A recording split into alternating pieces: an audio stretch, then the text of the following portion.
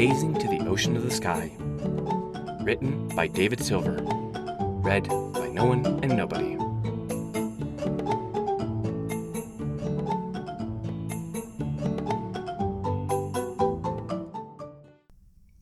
Chapter 13. Sisters in the Forest. Cherry was moving along with increasing confidence. I don't even know why I didn't realize this before. She performed a smooth hairpin turn on her cooperative metal legs, working in tandem with her natural pair, before turning back forward. With her flippers able to control her mobility, it felt much more like the swimming she was accustomed to, rather than a device to lend barely any mobility to a crippled pony. Spike looked across at her from where he rode on his stalwart mount known as Starlight. Is it that much better? I admit, I never really got much of a look at your, fins. You had them covered up most of the time and all. Cherry bobbed her head quickly. Oh, yes, completely. They don't make me go forward in the water. They just help me steer. And that's important. Guess what they're doing now? Ta-da! Steering! She made a sudden jump onto a log, with a loud giggle that was met with a low predatory growl from deep in the forest. Starlight held up a hoof for quiet and sank a little as she peered out into the trees. The entire group fell silent for several tense moments before she rose back up. I don't think it's close by, but we should avoid making noise unless we're that eager to test how good those hooves of yours are at running.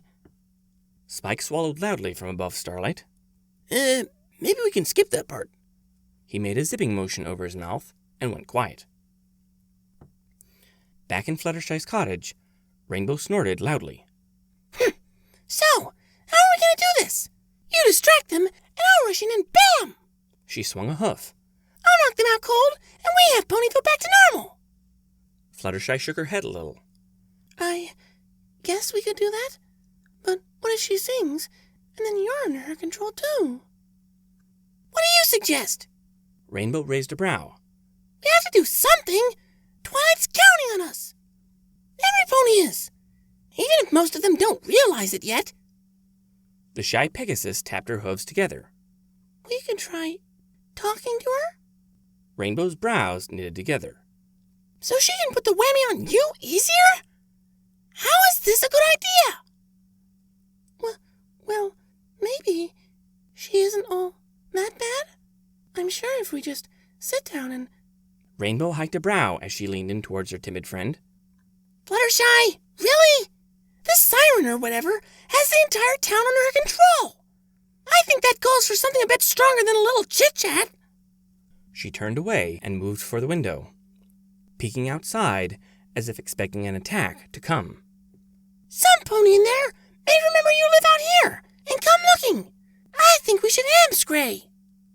Oh no. Fluttershy hopped from the ground, hovering about 6 inches up. We can't do that.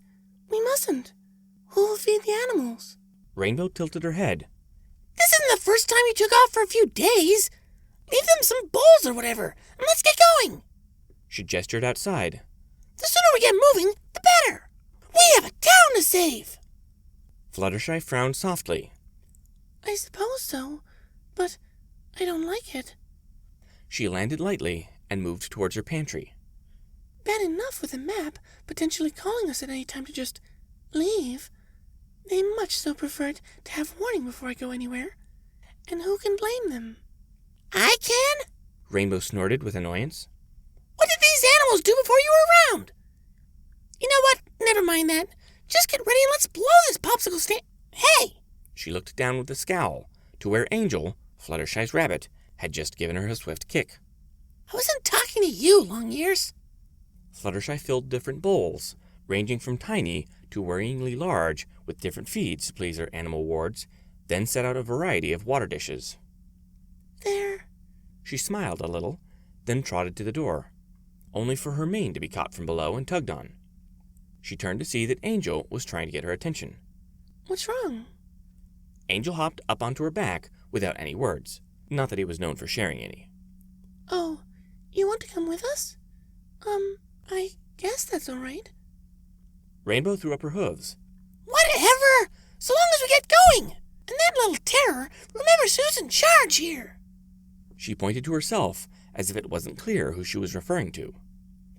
She pushed open the upper half of Fluttershy's door before darting out through it, hovering easy as she spun around to face Fluttershy. Coming! Fluttershy rose at a gentle rate, only to be grabbed by Rainbow, and the two shot up into the clouds with Angel attached. They would save Ponyville. Somehow. Starlight let out a squeak as her next step proved far less certain than she thought. The forest quite abruptly ended, leaving them facing the side of a large castle, which had a more worrying chasm around it that she had almost stepped into. Spike brightened at the sight. Hey, I think that's the castle of the two sisters. Cherry stepped up carefully beside Starlight. Looks big. Do you know it, Spike? You sound happy to see it. Spike bobbed his head. We cleared it out a while ago. It should be safe and secure. But even better yet, the trail should still be there. We can just walk home.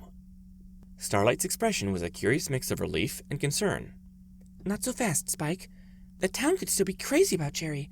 I like the idea of a place we can relax, though. She turned and began following the chasm towards the front of the castle. What were you cleaning it out for? Funny thing about that. Spike put a hand behind his head. I don't exactly recall. I mean, we put a lot of work into it, then we just kind of stopped. Lots of other things came up, and Twilight has a new castle now, so I guess we don't really need it. Cherry shook her head a little. That's a big place to clean just to forget about it. But I guess we shouldn't complain if it means we can be safe and relax for a change. She smiled broadly, only for the smile to wear away. One thing, is the castle sealed? Huh? Spike looked over his shoulder. What do you mean? It's just, if a home is left abandoned long enough... Starlight huffed out a sigh. She's right. Something may have come in and decided to take up residence. We should make our first priority sweeping through and making sure we're the only guests of the castle before we relax. Spike pointed beneath the castle. Oh, hey, you can see the Tree of Harmony from here. Cherry blinked down into the chasm and the tree within it. It's got shiny things in its, the coral up top? Branches, offered Starlight. Spike, what are those things? Jewels. The elements of harmony, to be specific. We had to give them up to save the tree a while ago. Starlight tilted her head. Twilight really has been through a lot, hasn't she? She swallowed softly. No wonder it made such a huge difference. Cherry blinked as she pulled up alongside Starlight. What difference? Nothing. Spike gave Starlight a single pat through her mane. It's all right, Starlight. No, it's not. Starlight frowned over her shoulder. Cherry doesn't need to be bothered with things like that. The conversation quieted down to an uneasy silence as they came around to the front of the castle. As imposing as ever, but possibly the safest place for quite some distance. Applejack was tied up beside Twilight, with 3 times the rope to keep the strong mare from busting loose. She scowled at their guard, the wall-eyed Muffins watching them like a hawk. To think I thought we were friends. Muffins shook her head. Sorry, Mare was very clear. Twilight smiled at Muffins. Can I use the little filly's room? Oh, okay. Muffins rose to her hooves and trotted towards Twilight. You promised to be good, right? She smiled jovially at Twilight. Otherwise, I have to go with you, and neither of us wants that. Twilight smiled softly. I promise. Good. Muffins pulled the ropes loose of Twilight easily and pointed to the restroom. There you go. Come right back after you're done. Twilight walked away with uncertainty, stretching her legs as she went. She could try to run away, and she certainly considered it, but tricking Muffins like that hardly felt good. Not to mention how many other guards might just be out of sight. No, with her magic non-functioning, it would be better to be allowed restroom privileges, for the moment. She emerged from the restroom and returned to her jailer. So, Muffins? Yes'm? Muffins was looking directly at her, or so she figured. It was occasionally difficult to be entirely sure. Everything all right? Oh, I was just curious about a few things. Twilight settled where she had been, but didn't rush to put the ropes back on herself. Did Mare come up with this idea all on her own? Nuh-uh. Muffins shook her head back and forth quickly. Applejack raised a brow. Really now? Well then, who done it? Muffins tapped her cheek softly a moment before shaking her head. Can't say. Twilight tilted her head a little. Can't or won't. Muffins frowned a little. I was never that good at grammar. Can't? Uh-huh. Why not? You're a very talented speaker so far. A white lie, perhaps.